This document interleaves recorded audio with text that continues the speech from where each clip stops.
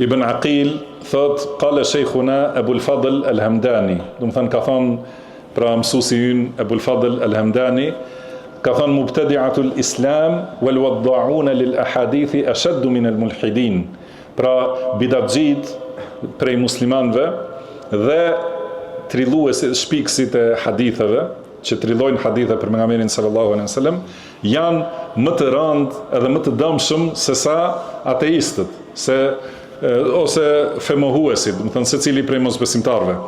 Sepse thot këta mosbesimtarët e kanë qëllim ta shkatrojnë fenë nga jashtë, kurse bidatxhit e shkatrojnë fenë nga brenda. Edhe janë sikur si një qytet i fortifikuar që është i sulmum edhe i rrethum nga mosbesimtarët. Do të thënë, pra një qytet i rrethuar nga armiqt, është i rrethuar nga jashtë. Edhe ata mundohen nga jashtë ta dëmtojnë këtë qytet.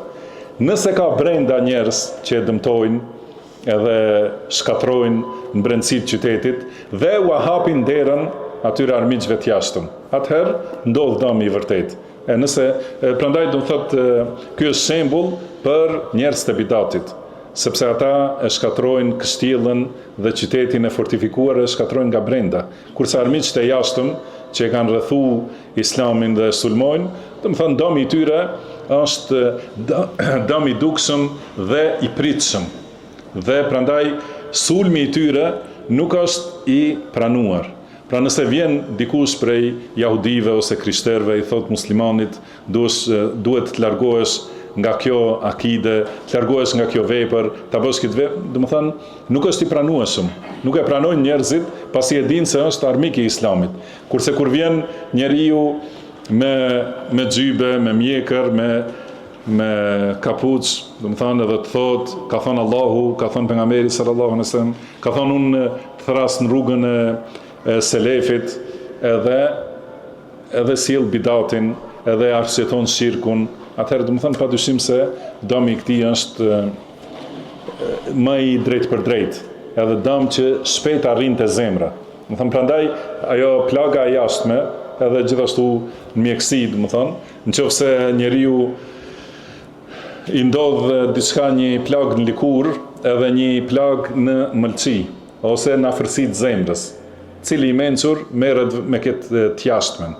Patjetër atë që është brenda, sepse është afru te organet vitale, jetësore, edhe shumë shpejt do t'i shkatroj ato.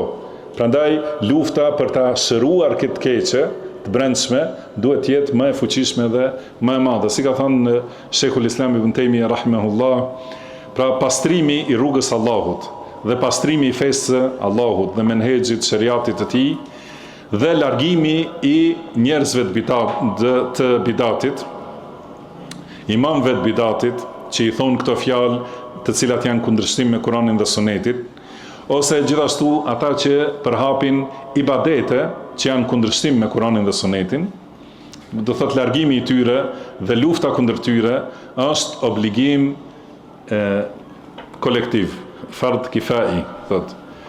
Dhe për këtë nuk ka dyshim të muslimanët. Dhe thotë sikur mos të kishte pasur njerëz që i sjell Allahu subhanahu wa taala, që t'i largojnë dëmet e këtyre, atëherë do t'ishte shkatru feja. Mos të kishte pas dietar që i sqarojnë devimet e devijuesve, çka do të kishte mbetur sot prej fesë?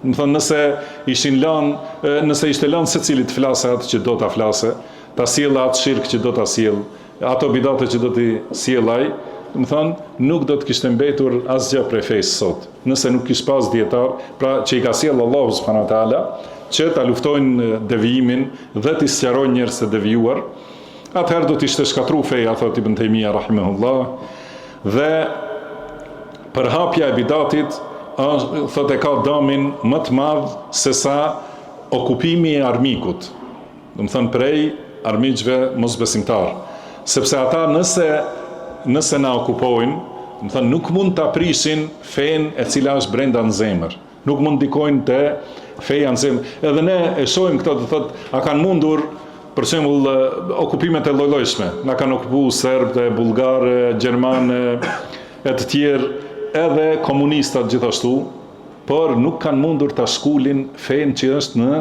zemrat e njerëzve. Kurse njerëzit e bidatit shumë shpejt e kanë largu këtë, pra thot Ibn Taymija, ata armiqtë e jashtëm nuk mund ta heqin prej zemre fenë që kanë njerëzit.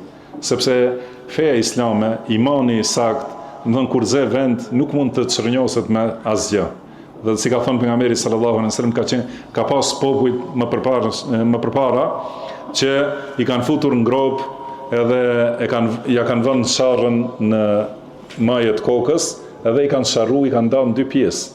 Edhe ka që ja kanë hequr mishin dhe lëkurën, ja kanë dalë mishin prej eshtrave duke qenë ata gjallë, me kreher të hekurt, ja kanë hequr, mirë po kjo nuk i ka largu dhe nuk i ka luhat në fenë e Allahut. Sepse imani me të vërtet, kur është imani i pastër me dituri të sakt, edhe zeven në zemër, nuk largohet. Mirë po, kur vjen njeriu që vjen në emër të këtij imanit, edhe fut devijime që nuk i merr vesh njeriu edhe nuk del askush t'i sqarojë se këto nuk janë prej fesë Allahut, atëherë vjen shkatrimi i vërtet. Domethënë, pra thot Ibn Taymija, mosbesimtarët nëse e marrin vendin, nuk mund ta prishin imanin që është dhe fenë që është në zemër. Ajo mund të ndodhë dobësim, domethënë si pasojë e mëvonshme. Mirë po nuk e prishin atë që është direkt në zemër, kurse njerëzit e bidatit e prishin fillimisht zemrën. Dhe kjo është e njohur, siç tham, se kur të vijë mosbesimtari edhe ta ndalon fenë, kjo më shumë e përforcon muslimanin. Mirë po, kur vjen bidatxiu edhe thot se te ne nuk ka dallim krishteri, jahudia, muslimani, edhe ne kemi tolerancë, edhe e respektojmë edhe besimin e shirkut, edhe besimin e atyre që thonë se Allahu ka fëmijë, edhe besimin e secilit, edhe atëherë sjell një argument. Do të thënë argument që nuk është në vendin e vet. Thot Allahu ka thënë lekum dinukum waliya din. Do të thënë ju e keni fenë tuaj, unë e kam fenë time, që nuk është e vërtetë. Pra Allahu ka thënë dhe kjo është për distancim.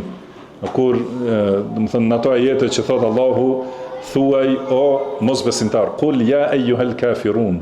Do të thonë o mosbesimtar, o mohues. Pra unë nuk e adhuroj atë që ju adhuroni. Do thot feja ime është tjetër. Unë adhuroj vetëm Allahun subhanahu wa taala, Zotin që më ka krijuar mua, ju ka krijuar ju, e ka krijuar gjithë botën. Edhe ju nuk e adhuroni këtë Zot, Zotin që na ka krijuar. Adhuroni tjetër kënd. Edhe atëherë në fund të këtyre ajeteve thot demek se feja juaj është tjetër, feja ime është tjetër. Nuk është, do të thonë, kjo për të thënë se secili ka drejt besoj çka dojë kështu me radhë.